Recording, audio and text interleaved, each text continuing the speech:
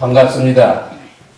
전에 제가 전교조 문제와 관련해서 이 단상에 선 일이 있는데 오늘은 제가 무상급식에 관해서 좀 말씀을 드려볼까 합니다.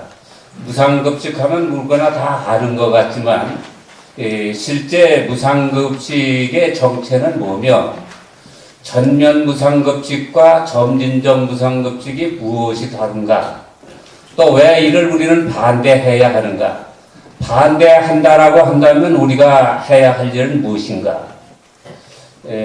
복지 포퓰리즘이라는 말을 많이 씁니다만은, 그러면 이것을 추진하는 사람들의 진의는, 진짜 의도는 무엇인가.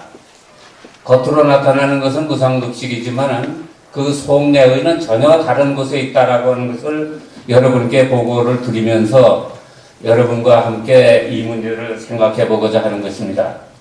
우리가 세계 경제대국 13개 경제대국에 들어가게 되었습니다. 1인당 GNP가 2만 불 이상 되면은 이제는 우리는 복지를 생각을 할 때고, 모든 세계의 모든 나라들이 다 복지를 지향하는 것은 그 국가의 최종적인 목표이기도 합니다. 그런데 왜 복지를, 보편적 복지를 하자는데 무슨 말이 많은가, 이렇게 생각하시는지 모르겠습니다. 그러나 이렇게 전면 무상급식을 반대하는 이유는, 첫째가 처음서부터 끝까지가 전부 대국민 사기입니다. 전부 속이는 얘기입니다. 두 번째로는 선진국가에서 걸어갔던 복지병을 그대로 답습하고 있다는 데 문제가 있습니다. 또 우리나라는 이제 복지를 처음 시작하는데 첫 단추를 잘 끼워야지 그 다음 단추가 제대로 맞춰져 가는 것입니다. 그런데 첫 단추부터 잘못 끼워지면 나라의 장래가 어떻게 될까 하는 것을 걱정하지 않을 수가 없습니다. 또 그 외에 이 서울시의회가 통과한 친환경 급식 조례라고 하는 것을 보면은 이 자체가 서울시의 통과 과정 또는 그 내용 자체가 법률 위반으로 되어 있기 때문에 이러한 위법한 내용을 가지고 우리가 따를 수가 없다는 데도 문제가 있습니다. 그 외에도 여러 가지 문제가 많겠습니다만은 이야기를 하나하나 해가면서 말씀을 드려볼까 합니다. 첫째, 지금 서울시의회가 급식하는 실태를 말씀을 드리겠습니다. 지금 현재 서울시는 초등학교 1학년서부터 3학년까지 무상급식을 합니다. 4학년이 하는데도 덜어 있는데, 그것은 서울시의 25개 구청 중 21개 구청장이 민주당 출신의 구청장이 되어 있는데, 여기는 구청에서 돈을 내서 4학년까지 합니다. 그리고 나머지는 하지를 못하고 있습니다. 작년에 서울시의회 4분의 3 이상을 민주당 의원들이 차지하고 있는 서울시의회에서 통과된 친환경 무상급식 조례를 볼 것 같으면, 금년도에는 서울시 모든 초등학교가, 내년 2012년에는 중학교 전체가 무상급식을 하도록 조례에 그렇게 규정이 되어 있습니다. 그리고 이를 위해서 서울시의회는 오세훈 시장의 동의 없이 예산을 증액을 해서 695억이라고 하는 막대한 돈을 예산 편성을 했습니다. 모든 분들이 다 아시겠지만 지방자치법에 볼 것 같으면 국회도 마찬가지입니다. 시도지사의 동의 없이 예산을 증액하거나 신설하는 예산을 만들 수가 없도록 법에 규정이 되어 있음에도 불구하고 시장의 동의 없이 예산을 임의로 만들고, 그리고 금년도에는 초등학교, 내년에는 중학교까지 무조건 한다고 하는 것을 조례로 통과시킨 것입니다. 이렇게 해서 이제 서울시장과의 갈등 관계가 이루어졌는데, 그러면 도대체 이들이 말하는 것에 무엇이 문제인가 하는 것을 조목조목 여러분과 함께 생각을 해보고자 합니다. 첫째, 무상급식은 말하기를 공짜급식이다, 진짜 공짜급식이다. 앞에서 저 같은 대표께서 말씀했습니다만은 만약 북한에서 아이들에게 점심 한 끼를 준다라고 한다면 우상일 수도 있을 것입니다. 왜? 우리가 그동안 많이 쌀을 퍼다 줬어요. 그 퍼다 준 쌀을 실제 아이들에게 가지도 않고 군인에게 다 들어간다고 하지만은 아이들에게 들어간다고 할 때 그때는 무상급식이 되는 거죠. 우리가 무상으로 준 걸 가지고 급식을 하니까. 그런데 지금 우리 초등학교 아이들에게 주는 급식은 무상급식이 아니라 세금급식입니다. 만약에 우리가 세금이 너무 많아서 세금으로 충당을 못할 때는 그건 외상급식이 되는 것입니다. 외국에서 빚을 낸다든가 국채나 지방채를 발행을 해서 아이들에게 급식을 시킨다라고 한다면 이것은 외상급식이 되는 거죠. 외상급식은 어떻게 되느냐? 먹은 아이들이 장차 커서 이자까지 부담해서 자기가 먹은 거 자기가 다 토해내는 것입니다.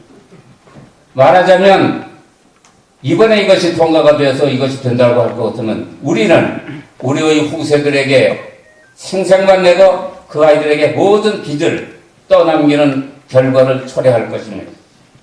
두 번째로 이들이 말하는 것은 친환경 우리 농산물로 급식을 한다라고 합니다. 친환경 농산물이라고 하는 것은 간단히 말해서 없다, 불가능하다 하는 것을 말씀을 드리겠습니다. 법에서 말하는 친환경 농산물은 저농약, 무농약, 그리고 유기 화학 비료가 아닌 유기 비료를 쓴 것을 얘기를 하는데 그것은 우리나라의 통계상 12.3%입니다. 12.3%.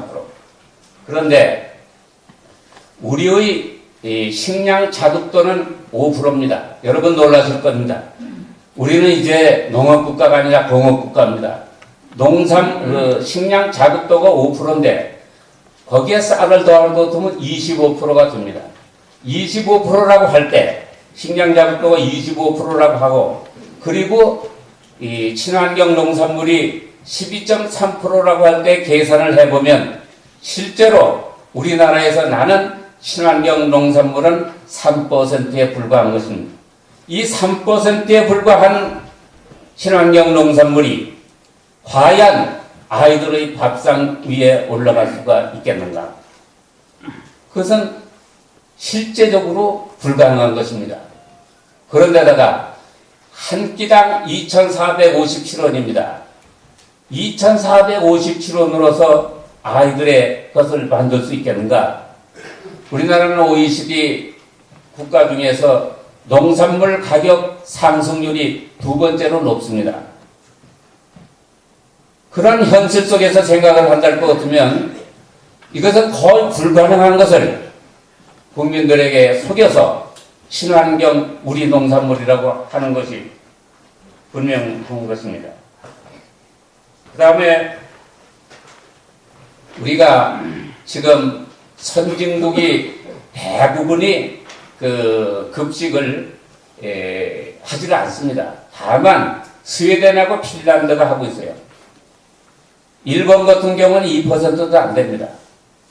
대다수 나라들이 학교 급식을 하지를 않는 이유는 간단합니다.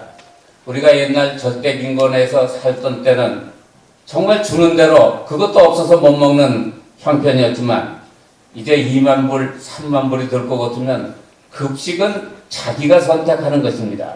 제가 호주하고 뉴질랜드 정부에 가서 물어보니까 어떻게 한국 정부는 아이들에게 음식을 강제로 정해서 강제로 먹이느냐 이렇게 묻는데 제가 깜짝 놀랐습니다.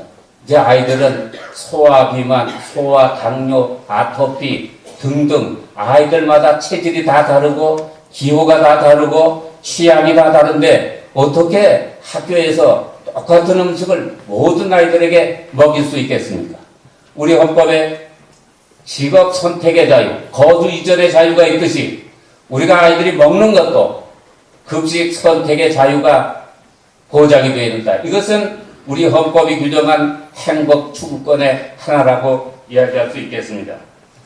지금 스웨덴하고 핀란드 다른 나라를 다 제쳐놓고 두 나라만 비교하더라도 그런 나라들은 우리가 2만 불인데 그런 나라들은 거의 5만 불에 가깝습니다. 1인당 GDP가. 그리고 국민 담세율이 우리보다 1.5배 내지 근 2배가 많아요. 우리는 27% 정도 되는데 그쪽에서는 45%, 49%가 됩니다. 그러니까 세금도 내지 않고 그리고 소득도 없는데 이런 것을 한다라고 하는 그 자체가 불가능한 것을 혀를 의식해서 일시적으로 우리를 기망하고 있다고 하는 것을 우리가 잊어서는 안 될 것입니다.